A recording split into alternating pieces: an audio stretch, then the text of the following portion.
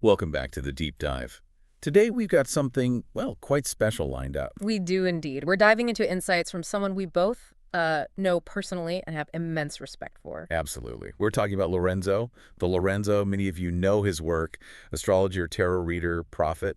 His perspective is just consistently, well, profound. It really is. We've known him for years, and honestly, his ability to just see things, to tap into what's really going on energetically, it's always been, frankly, uncanny. We trust his guidance completely. We really do.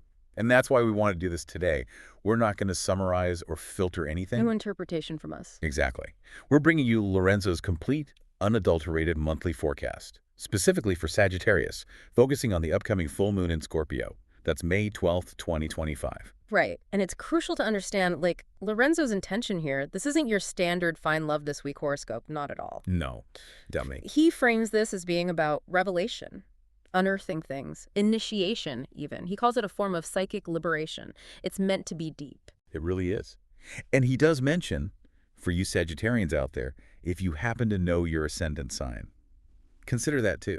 Oh, good point. Yeah. It just adds another layer, doesn't it? Like how these big cosmic energies actually show up in your day-to-day. Makes it more personal. Exactly. And maybe just quickly, for context on how Lorenzo approaches this, he uses tarot archetypes in a really interesting way. He does. He sees the planets, their core energy, represented by the major arcana cards. And then the zodiac signs are like the costumes those archetypes wear. So the planet's energy expresses itself through the sign's specific flavor. And the astrological houses, that's the stage, the area of your life where this whole, as he puts it, psychic opera plays out. It's a great framework. So with that in mind, tarot as planet, sign as costume, house as stage, let's get right into Lorenzo's full Sagittarius forecast for this Scorpio full moon. Okay, so Lorenzo's central message for Sagittarius this month is striking.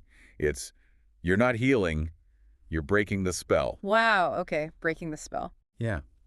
And the thought attached to it is just as powerful. The past isn't dead, it's dreaming through you. Time to wake up and burn the dream down. That image, the past dreaming through you, that really hits, doesn't it? These subconscious things, the patterns we don't even see. Exactly. So breaking the spell isn't just, surface level stuff. It's about taking down those deep, maybe inherited stories. Right, the foundational narratives. Okay, so where is this playing out? What's the theater, as Lorenzo calls it? Right. So he pictures the High Priestess card. That's the full moon energy, but she's dressed as Death, which represents Scorpio. A potent combination. Very potent. High Priestess intuition meets Scorpio's intensity and transformation. And this figure enters Sagittarius' 12th house. Ah, the 12th. So the house of secrets, shadows, the subconscious, like you said, hidden patterns, even spiritual contracts, right? The deep background stuff. Precisely. The unseen corners of our psyche. And Lorenzo's crystal clear. This full moon isn't coming for a gentle chat. No hand-holding. None. It's here to collect soul receipts. It's a reckoning, he says, with those deep, maybe unconscious karmic ties. Soul receipts. Okay, so what questions should Sagittarians be asking themselves then? He poses some really direct ones. Things like, what karmic role have you been trapped in? And who have you been trying to save, fix, please, or redeem in secret? Oof. Yeah, those go deep. Not surface questions at all. They're digging for those ingrained roles we play. Because, as Lorenzo puts it, the High Priestess isn't there to offer comfort. Her aim is to repossess the part of you that's been hidden, haunted, and hijacked by memory. He literally calls it a soul exorcism. A soul exorcism, that's quite a term, and he sees this as a major turning point. He does. He calls it the final act of an ancient psychic contract, suggesting something old, maybe lifetimes old, is concluding. Then the outcome. A release, a powerful one, he says. There's silence shattering into song.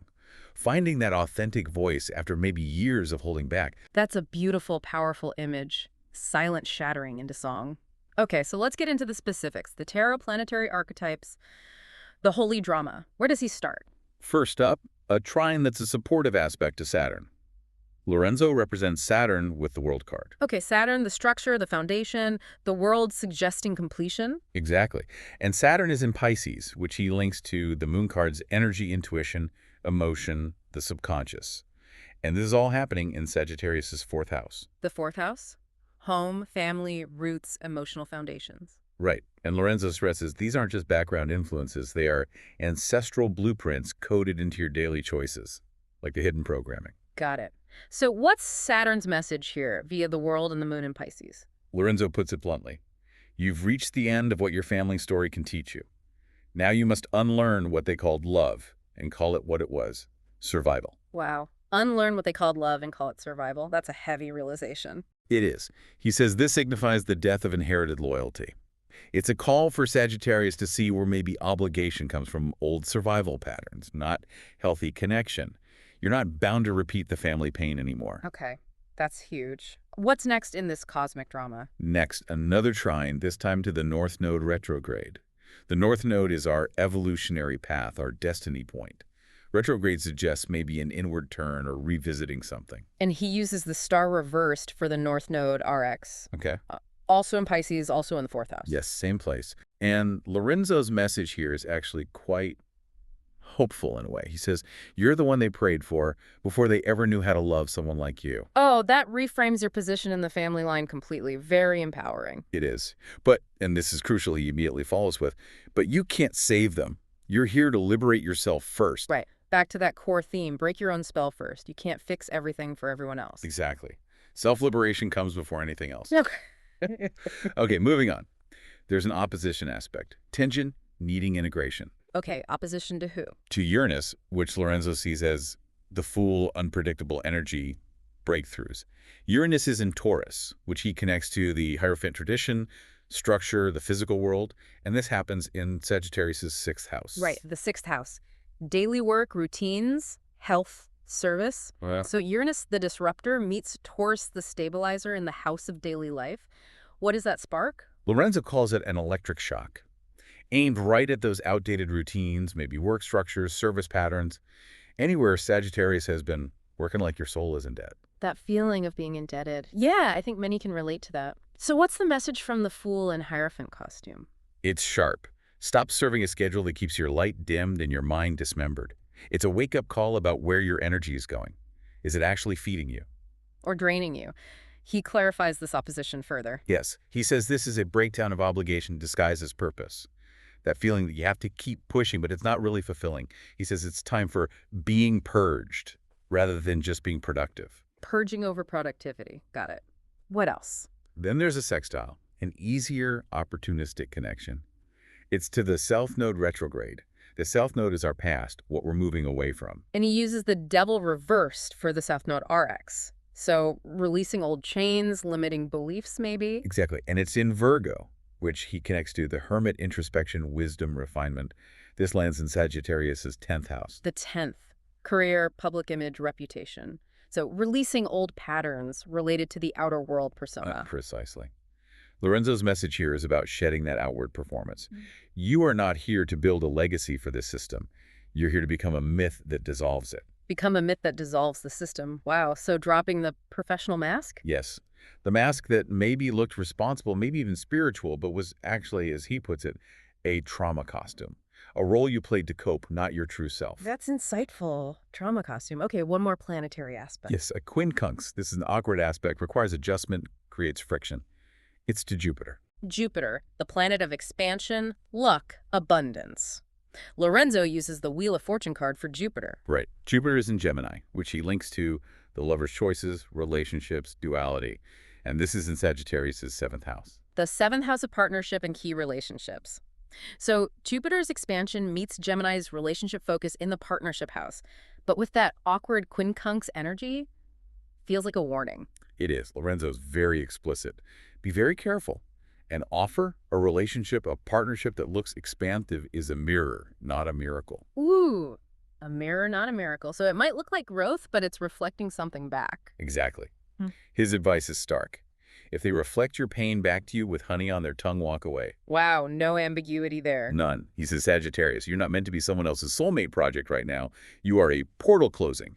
Time to end certain relational dynamics. Portal closing. Okay, that sums up the planetary drama. Then he goes deeper. He does, into what he calls the unseen thread others won't name. This full moon isn't just about outer stuff changing. It's about letting things die inside. What kind of things? Deep, often unconscious vows or beliefs. He lists them. The ancestral vow to keep the peace. The contract that said, heal others before yourself. The fear that if you succeed, you'll be alone. the belief that your power makes you unlovable. Oh my goodness. Those are fundamental drivers for so many people. The peacekeeper, the rescuer, the fear of success, fear of power. Exactly. And Lorenzo emphasizes you're not just healing from these anymore, it's more final than that. What is it then? You're severing the soul cord, cutting the tie completely. Severing the soul cord. And the result. Silence. But not an empty silence. He says that's the sound of your liberation. The space cleared for the real you. Okay, that's profound. Does he offer practical ways to navigate this? He does. He gives some very specific, practical, brutally sacred advice. First, a ritual for the night of May 12th itself. Okay, what is it? In complete darkness, one candle, one mirror. Speak aloud the role you're ready to bury, then blow the candle out without saying goodbye. No goodbye, just release. Powerful symbolism. What else? Second, write a sacred refusal letter. Address it to the expectation, to the guilt, to the invisible system that kept you obedient. To the forces that held you in place. Yes. Read it aloud once, then burn it completely. A very tangible act of breaking free. Makes sense. Number 3. A practical caution. Don't take on new clients, collaborations, or responsibilities May 11-14. Why? Because your spiritual signature is rewiring. You are temporarily unreadable. That's good. Ah, so it's a time for internal processing, not external commitments. Protect that rewiring process. Exactly. Fourth, pay attention to dreams between May 10th and 13th. Really pay attention. Okay. He says, write them in first-person present tense. One of them contains a psychic release key.